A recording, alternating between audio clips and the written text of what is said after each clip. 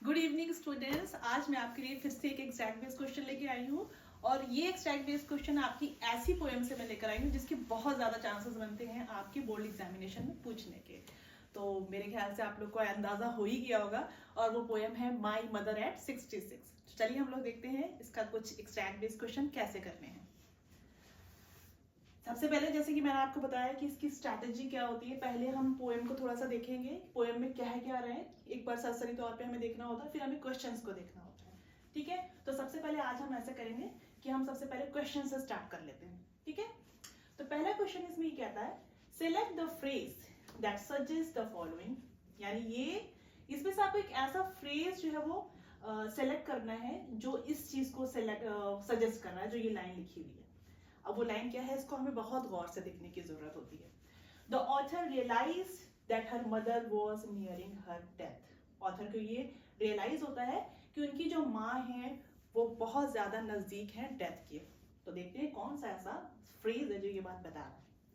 I saw my mother beside me, doors open mouth, her face ashen like that of a corpse, and realized with pain that she was as old as she looked. तो यहाँ पे हम देखेंगे ये जो phrase है and realize with pen, और मुझे उसे दर्द के साथ एहसास हुआ कि जो उनकी माँ है वो उतनी बूढ़ी है जितनी वो नजर आ रही है। तो यानी इससे समझ में आ रहा है कि वो जो है वो डेथ के पास है। और एक बात और इन्होंने बताई है कि उनकी जो माँ है वो एशन like that of a cops है, यानी वो एक डेड बॉडी की तरह हो गई है, वो लाइफलेस है, उनका चेहरा बिल्कुल पेल हो गया है। ठीक है,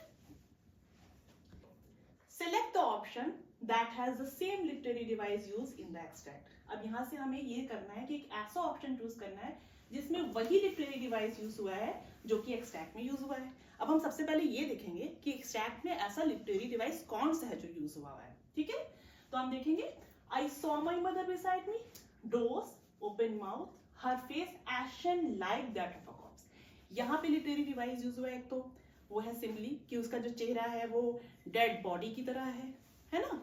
और डेड बॉडी की तरह कैसा है, डेड बॉडी एशन का मतलब यहाँ पे ये हुआ कि उनका चेहरा लाइफलेस है, पेल है, वो बिल्कुल डेड बॉडी की तरह है। क्योंकि डेड बॉडी कैसी होती है, उसमें कोई भी लस्टर, कोई भी चमक होती नहीं है, तो वैसे ही उनका चेहरा नजर आ रहा है। ठीक है, एंड आगे एक और है, एक तो सिंपली हो गई, and realize with pain that she was as old as she looked, वो उतनी बूढ़ी है जितनी वो नजर आ रही हैं। तो यहाँ पे जो एज वर्ड यूज हो गया, तो सिंपली का तो आपने रूल पढ़ा ही होगा, जहां पे लाइक यूज करते हैं, जहां पे एज यूज करते हैं, जहां पे सो यूज करके कंपेयर करते हैं, तो वो होता है सिंपली। तो अब हमें देखना है select the option that has the same literary device use in the extract. तो सबसे पहले तो भैया हम यही देखेंगे, एशन लाइक वाला हो सकता है या she was as old as she looked हो सकता है। तो let us see the option. I am as happy as I can be. I think यही most suitable option है, क्योंकि हमने देख लिया she was as old as she looked. I am as happy as I can be. Second option भी देख लेते हैं, life is a roller coaster ride. Life is a roller coaster ride. जिंदगी जो है वो roller coaster ride है। ये तो नहीं हो सकता क्योंकि हमने यहाँ पे लाइक का इस्तेमाल नहीं किया है, ना सो का इस्तेमाल किया है, ना एस का इस्तेमाल किया है, तो ये सिंपली तो नहीं है। ठीक है, nature is God's gift to us, ये भी नहीं है। The Darjeeling divas enchanted all, ये भी नहीं है। तो यानी ये बिल्कुल क्लियर है, I am as happy as I can be. तो this is the correct option. Okay, come to the third question. Complete the following sentences with reference to the extract. अब कह रहा है कि ये जो सेंटेंस दिया हुआ है ये एक्सट्रैक्ट के रेफरेंस से आपको इसको पूरा करना है।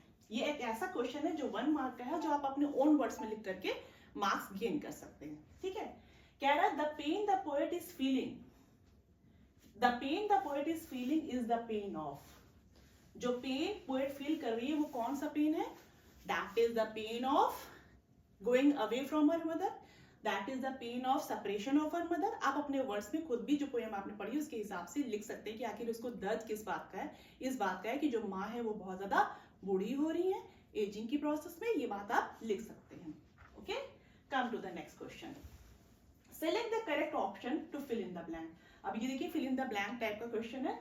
The poet doesn't want to stay away from her mother, the poet doesn't want to stay away from her mother. Poet जो है वो अपनी माँ से दूर नहीं होना चाहती है। She feels of leaving her mother. वो फील करती है अपनी माँ को छोड़ने में अशेम फील करती है या गिल्टी फील करती है, knowing that her mother might die soon, ये जान के कि उसकी मम्मी बहुत जल्दी मर सकती हैं, तो ये कैसा वो फील करती है अपनी माँ को छोड़ के जाने में?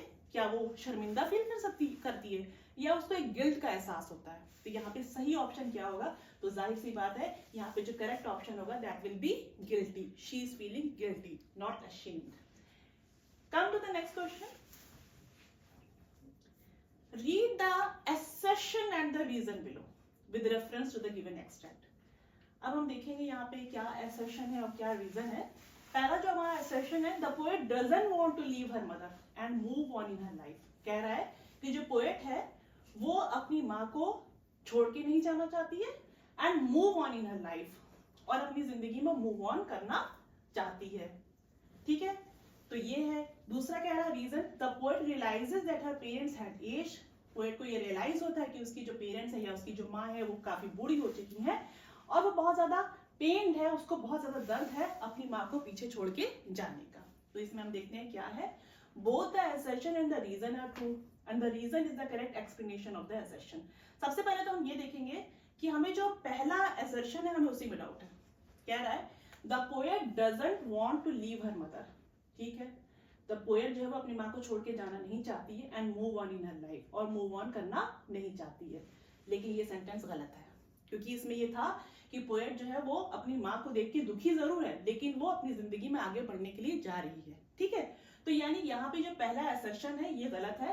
तो हम सबसे पहले देखेंगे कि कहाँ पे असर्शन गलत की बात हो रही है. तो हम सबसे पहले यहाँ पे बहुत इजी तरीका है कि हम देखेंगे द असर्शन इज फॉल्स. ये तो फॉल्स वाले में सिर्फ यही वाला आ रहा है, डी वाला. But the reason is true. Reason true है लेकिन इसका रीजन में क्या कह रहा है, the poet realizes that her parents had aged. Poet को ये तो एहसास होता ही है कि उसकी माँ जो है बूढ़ी हो गई है और उसको बहुत दर्द है उसको पीछे छोड़ के जाने में. यानी ये करेक्ट है सेंटेंस. तो यानी reason is true, assertion is false. D is the correct option. Last question. State in one sentence what the use of the words action face indicates to you. अब आपने इस पोएम में कई जगह ये कई बार पढ़ा होगा कि her face ashen like that of a corpse. तो वही कह रहा है कि यहाँ पे एक सेंटेंस में आपको बताना है ये जो शब्द यूज हुए हैं एक्शन फेस, इससे क्या मीनिंग करके आता है. तो यहाँ पे आप अपनी ओन वर्ड्स में लिख सकते हैं कि her face was ashen like that of a corpse means that her face was lifeless. Her face was pale, indicating that she was just like a dead body. She was having no more life and she don't have any energy. तो आप अपनी own words में एक sentence में इसका answer लिख सकते हैं. Thank you.